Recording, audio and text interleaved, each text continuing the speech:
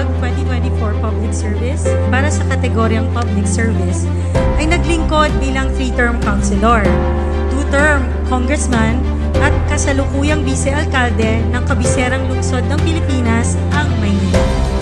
Sa 1,224 House Bills na kanyang principally authored, nasa 128 dito ang naisabatas, habang siya ay kinatawan ng kanyang distrito noong ika-17 at ika-18 na Kongreso. Kasama rito ang Republic Act No. 11035 o ang Balik Scientist Act.